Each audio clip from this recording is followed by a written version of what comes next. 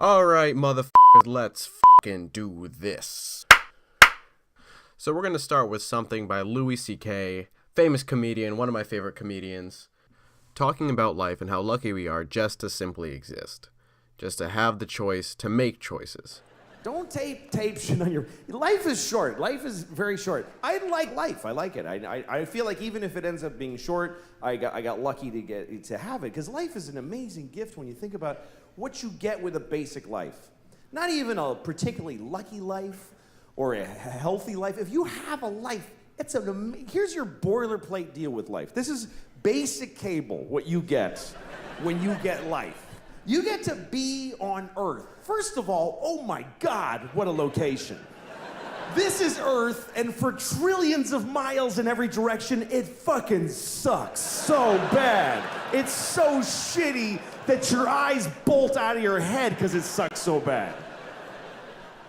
You get to be on Earth and look at shit. As long as you're not blind or whatever it is, you get to be here, you get to eat food, you get to put bacon in your mouth. I mean, when you have bacon in your mouth, it doesn't matter who's president or anything. You just,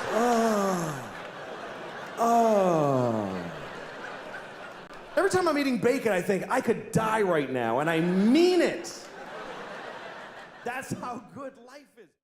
So, we're going to compare the college experience and whether it's worth it or not to running, working out, and overall completing a challenge.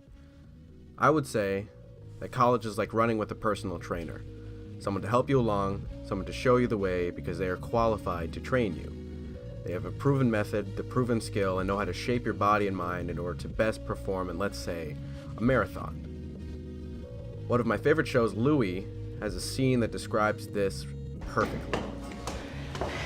Okay, look. You have to pace yourself. It's a long way up, but I swear to God it's worth it. What are we... Just breathe. Hey, one step at a time. Right?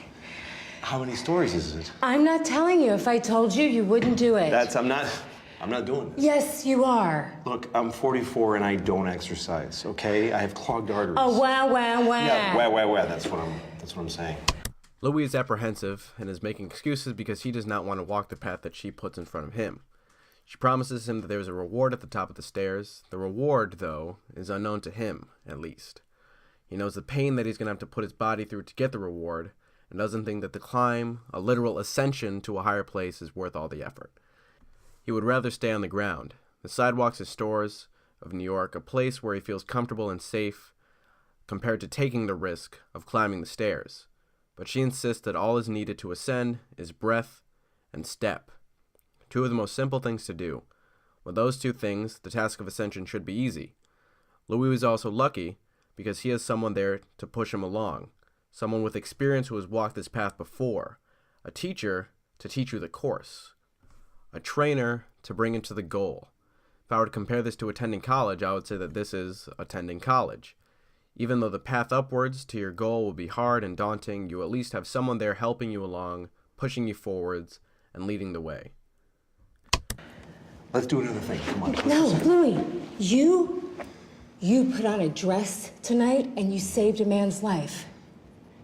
And you are going to do this. Come on! One step, two steps, breathe. Okay, breathing. Two steps. Fat. I'm going upstairs. I'm going to die by going up some stairs.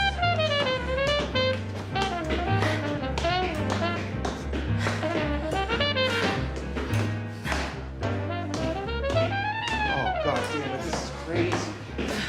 Come on, we're not stopping now. Step, breathe, step, breathe. Step, breathe, step, breathe. Come on!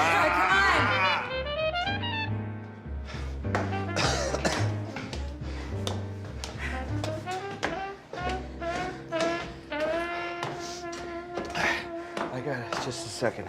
No. Big mistake. You gotta keep going. I can't. I'm not doing this. I can't do this. I'm Do it! Do it! Get up! Now! I need it! You got it, kid. Okay. Step. We're going. Breathe. All right, sport. Let's Step. really do this. Breathe. Okay. Notice how she doesn't force Louis up. She's not forcing him to go anywhere, just as college won't come knocking at your door to get you up or write your papers for you.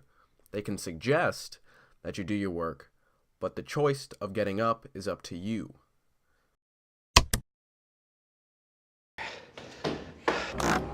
Look, we made it. Look where we are. Oh It's my worth God. it, right? Not really. Wow. And then, finally, we reach the top of the stairs. The reward. You climbed it, you got your education, you got your degree. It was a hard battle, cost a little bit of money, but you did it. Congratulations. So, was it worth it? But what would it be like if Louis didn't have a coach? Who would he be doing it for? Why would he be doing it? What's the point if you don't even know what's at the top of the stairs, or where the stairs even are? You find yourself lost with no direction, no place to go. All you have in your mind is a dream of being successful and happy, but how do you get there? A lot of people find themselves in this exact situation. My advice to these people is to start training yourself and doing it only for yourself. Now, I would say that training yourself is similar to choosing not to go to college.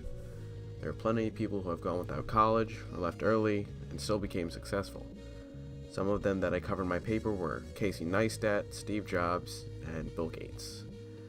This means that it can be done, but just because you do so does not mean that you are a shoo-in to become successful.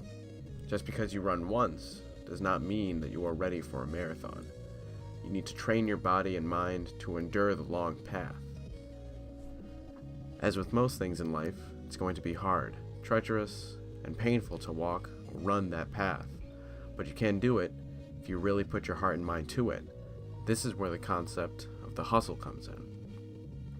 Hustling is defined as obtained by forceful action or persuasion, forcing your way through, pushing your way through to get to the end goal. If you have to go through a concrete wall, then so be it. You have to keep grinding and keep hustling and keep going on even when you want to stop. You're going to find yourself in the dirt thinking that there's no way to get yourself back up, but fall down 7 times, get up 8. There's going to be a whole lot of failures, setbacks, and things that are going to make you want to stop, like hearing no 1,000 times. But the thing is, you have to live for that one time that someone says yes, and that could take forever, or what seems like forever. But when that one person says yes, and it feels right in your heart, you know that everything that led up to that moment was worth it. A quote by Ray Kroc says this perfectly: "Nothing in this world can take the place of persistence. Talent will not. Nothing is more common than unsuccessful individuals with talent. Genius will not. Unrewarded genius is almost a proverb. And education will not. The world is full of educated derelicts. Patience and determination alone are omnipotent.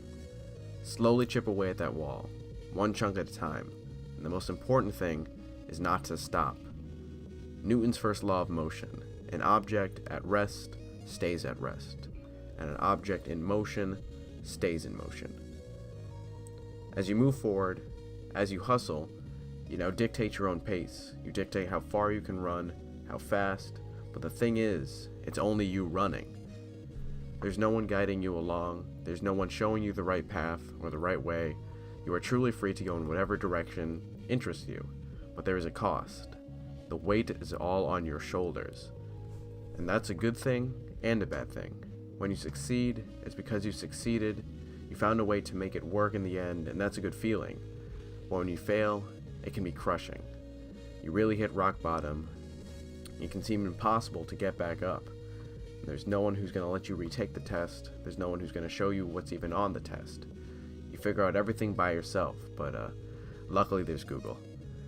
And this can actually seem like a hindrance, but it's a blessing and a curse. There is no campus, no classes, no finals, and no regimen. There is nothing, so you can fly as far and as fast as you want. But like I said before, it's an uphill battle until you finally succeed. Yet most people consider college to be a pretty solid avenue to find success.